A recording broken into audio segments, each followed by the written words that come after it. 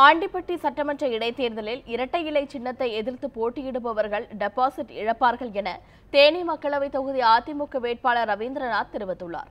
தேனி மக்களவைத் தொகுதி அதிமுக செயல் வீரர்கள் கூட்டம் ஆண்டிப்பட்டியில் நடைபெற்றது.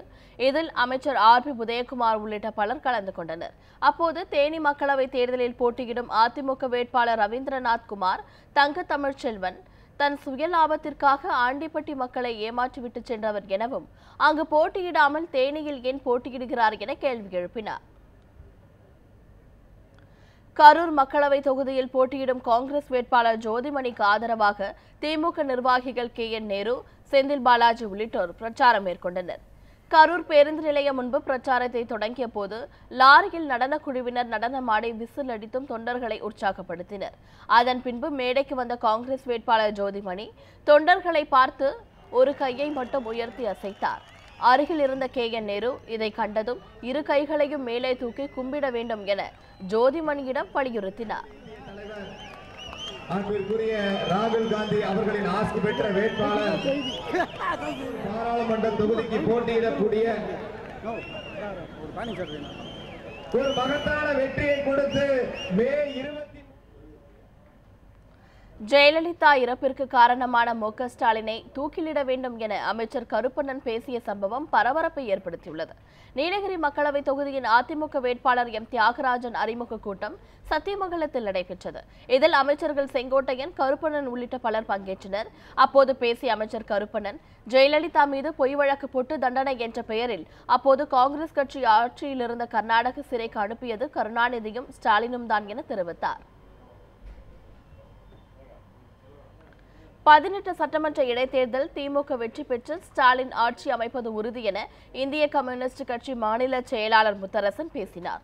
திருவாரூரில் மதசார்பற்ற முற்போக்கு கூட்டணி சார்பில் நாகை நாடாளுமன்ற தொகுதி மற்றும் திருவாரூர் சட்டமன்ற தொகுதிக்கான செயல் வீரர்கள் கூட்டம் நடைபெற்றது. இந்த கூட்டத்தில் பங்கேற்று பேசிய முத்தரசன், திமுக தலைமையில் அமைப்பு ரீதியாக அமைந்துள்ள கூட்டணி அமைந்துள்ளதாக, ஆனால் அதிமுக தலைமையில் அமைத்துள்ள கூட்டணி பணவளத்தால் அமைந்துள்ளது எனவும் விமர்சித்தார். தூத்துக்குடி மக்களவை தொகுதியில் தமிழக பாஜக தலைவர் தமிழிசை சவுந்தரராஜன் வேட்புமனு தாக்கல் செய்தார். அதனைத் தொடர்ந்து தூத்துக்குடியில் உள்ள தனியார் திருமண மண்டபத்தில் நடைபெற்ற தேசிய ஜனநாயக கூட்டணி கட்சிகளின் செயல் வீரர்கள் கூட்டம் நடைபெற்றது.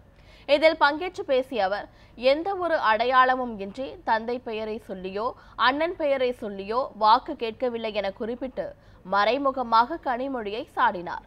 எனவே தூத்துக்குடியில் தமிழிசையை கனிமொழியா என்ற நேரடி போட்டிக்கு தயாராக இருப்பதாக ஆவேசமாக தமிழிசை சவுந்தரராஜன் தெரிவித்தார்.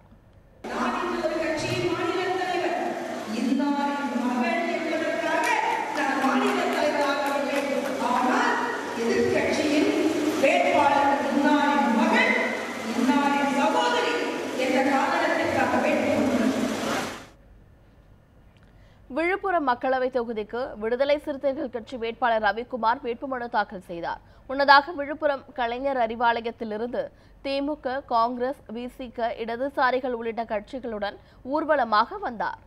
பின்னர் பேசிய வேட்பாளர் ரவிக்குமார், தமிழகத்தில் மத்திய அரசுக்கு எதிரான அலை வீசுவதாக குறிப்பிட்டார். 20 ஆண்டுகளுக்கு பிறகு வேலூர் மக்களவை தொகுதியில் திமுக போட்டியிட உள்ளதாக கட்சி தொண்டர்கள் மத்தியில் திமுக வேட்பாளர் கதிர் ஆனந்த் நினைவு கூர்ந்தார். வேலூர் மாவட்டம் நாற்றம்பள்ளி திமுக ஒன்றிய செயலாளர் அலுவலகத்தில் திமுக கட்சி நிர்வாகிகள் கூட்டம் நடைபெற்றது. இந்த கூட்டத்தில் வேலூர் மக்களவை தொகுதி வேட்பாளர் கதிர் ஆனந்த் பங்கேற்று வாக்குகளை சேகரித்தார். இதேபோல் ஆரணி மக்களவை தொகுதியில் திமுக கூட்டணியில் போட்டியிடும் காங்கிரஸ் வேட்பாளர் எம்.கே. விஷ்ணு பிரசாத் உதவி தேர்தல் நடத்தும் அலுவலர் மைதிலியிடம் வேட்புமனு தாக்கல் செய்தார். அதன் பின்பு செய்தியாளர்களிடம் பேசிய அவர், ஆரணி மக்களவை தொகுதியில் வெற்றி பெற்றால் நெசவாளர்களின் கோரிக்கையான பட்டு பூங்கா, போலூர் பகுதியில் அரசு கலை மற்றும் அறிவியல் கல்லூரிகள் உள்ளிட்ட பல்வேறு திட்டங்களை கொண்டு வருவேன் என குறிப்பிட்டார். ஒசூர் சட்டமன்ற தொகுதி இடைத்தேர்தலில் போட்டியிடும் அதிமுக வேட்பாளர் ஜோதி பாலகிருஷ்ணா ரெட்டி கூட்டணி கட்சியினருடன் சென்று வேட்புமனு தாக்கல் செய்தார். வேட்புமனு தாக்கல் செய்ய சென்றபோது சார் ஆட்சியர் அலுவலகம் அருகே மருத்துவமனைகள் அமைந்துள்ளதால் அங்குள்ள நோயாளிகள் கடும் அவதியடைந்தனர். மேலும் அவ்வழியாக ஆம்புலன்ஸுகள் செல்ல விடாமல் சாலையை அடைத்தவாறு அதிமுக, திமுக கூட்டணி கட்சியினர் முழக்கமிட்டு சென்றதால் போக்குவரத்திற்கு இடையூறு ஏற்படுத்தினர். இதுகுறித்து தகவல் அறிந்து சம்பவ இடத்திற்கு வந்த போலீசார் போக்குவரத்தை சீரமைத்து ஆம்புலன்ஸ் செல்ல வழிவகை செய்தனர்.